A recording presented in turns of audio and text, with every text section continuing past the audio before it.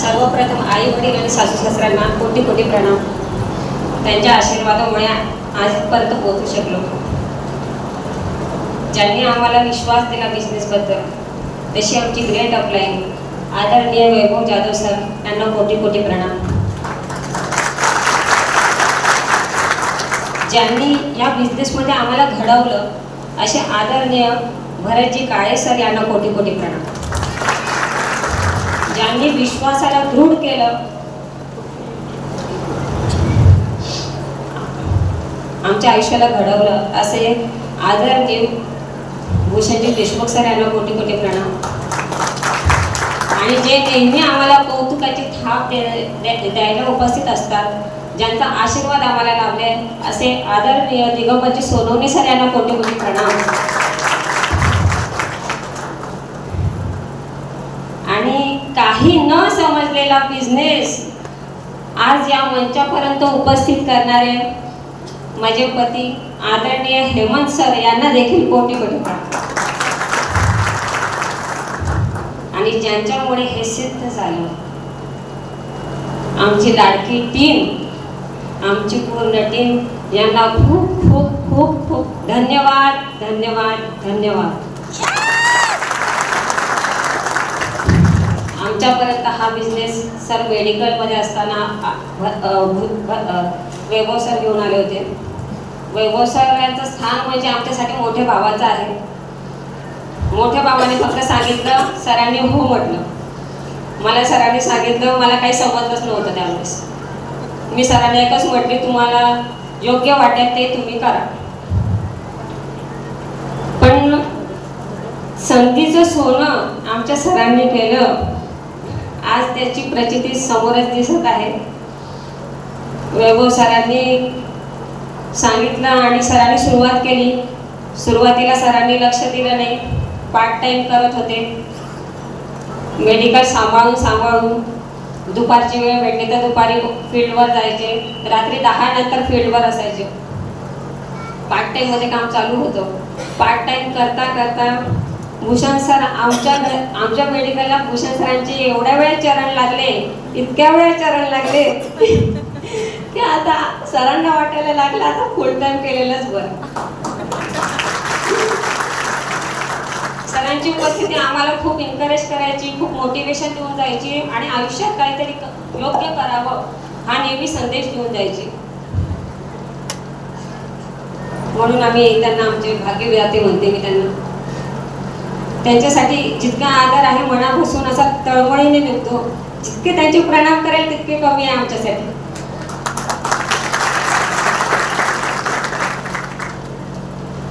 आजपर्यंत आजवर असा सत्कार भाऊ झाली खूप. सरांची खूप मेहनत आहे. सरांनी दिवस नाही बघितले, रात्र नाही बघितली, खूप कष्ट. म्हणजे इव्हन सकाळी दिलेला डबा 6 वाजता बनवून दिलेला किंवा 5 वाजता डबा बनवून दिलेला, रात्री 12 वाजता जसा तसा रिटर्न आलेला घरी. सरांना ऊन जमत नाही, त्या जळगावचं ताजीबातच नाही. AC मध्ये बसणाऱ्या व्यक्तीने तरी सुद्धा उन्हात जाण्याचा निर्णय घेतला. सरांनी पहिलेही खूप कष्ट केले. कष्टानंतर जे आरामदायी मेडिकलचं आयुष्य त्यांना लाभलं, AC लावून 1 वर्ष पण झाला नव्हता हो. त्याचं पण सुख घेतलं नाही त्यांनी आणि उन्हात उतरायचा निर्णय घेतला. जळगावमध्ये फील्ड म्हणजे खूप कठीण आहे. काळे पडायचे सरांचे सगळे हात असे बाईकवर जेव्हा फील्ड करायचे तेव्हा. बऱ्याच टाइमानंतर मेडिकलमध्ये जे त्यांचं पॅशन आहे ते करायची त्यांना संधी लाभली. पण वैभव सरांनी ते करू दिलं नाही त्यांना. मेडिकलच्या बाहेर काढूनच सोडलं. पार्ट टाइम करणारा बिझनेस हळूहळू कधी फुल टाइम झाला आणि कधी आमचा करिअर बनून गेला हे आम्हाला समजलं नाही. मी एकच सांगेल की जर ज्याला स्वतःला ओळखायचं असेल ना, त्यांनी माईंड लाईफस्टाईल नक्की करा. असं आपण स्वतःला कधीच ओळखू शकत नाही. फॅमिली म्हटली तरी देखील आपण नेहमी दुसऱ्यासाठी उपलब्ध असतो. प्रत्येक वेळेस स्वतःचं अस्तित्व ओळखू शकत नाही.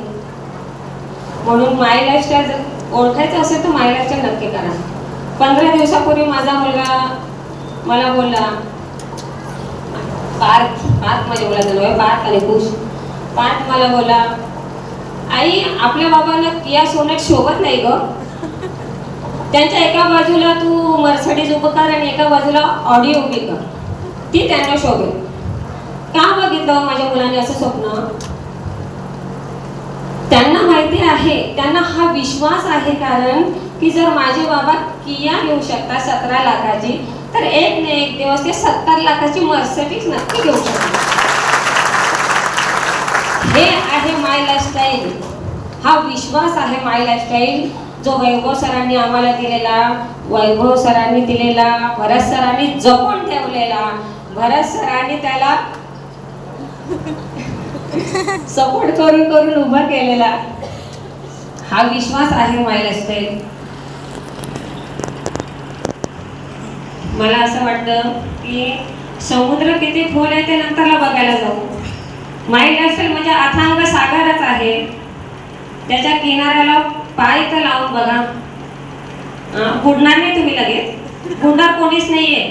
कारण की जर संशोधन केलं तरी सुद्धा तिथे हिरे आणि मोतीच भेटतात, या स्वरूपात इथे माय लाईफस्टाईल मध्ये घडतात, ज्याची प्रचिती आम्हाला चांगली आहे. सरांनी मेडिकल सांभाळता सुरू केलेला बिझनेस, आता सर 2 मिनिटं हे मेडिकलला देत नाहीत, म्हणजे मेडिकल हे डोक्यातूनच डिलीट झाले त्यांचे. फक्त माय लाईफस्टाईलचा ध्यास असतो. आणि एवढं सांगेल की हा विश्वास फक्त एक आम्हाला नाही भेटणार, तर तो आमच्या मुलाबाळांमध्ये आतापासूनच रुजलेला आहे की माय लाईफस्टाईल काय आहे. आयुष्य फक्त कॉम्प्रोमाइज म्हणून जगण्यापेक्षा एक स्वप्न म्हणून जगा, आणि स्वप्न पूर्ण करायचे असेल तर नक्की माय लाईफस्टाईल करा. माय लाईफस्टाईलच्या माध्यमातून आमचा पहिला टूर म्हैसूर उटी झाला बाय प्लेनने गेलो, प्लेनने आलो.